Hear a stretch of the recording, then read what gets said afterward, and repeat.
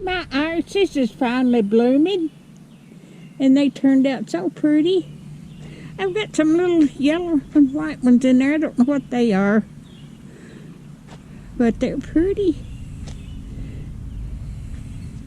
But everything is getting blooming out now, and I just love spring.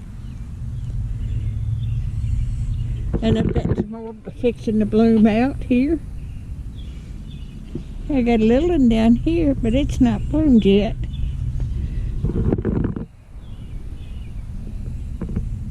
I got some back in there.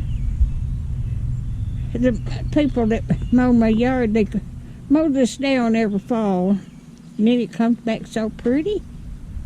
It is beautiful.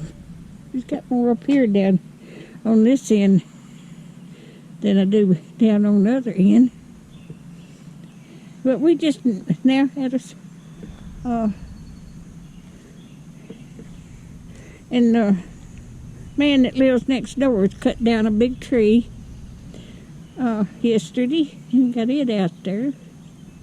He was afraid it would fall on his house. Alrighty.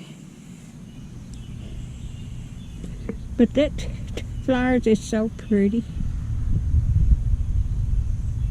Alright.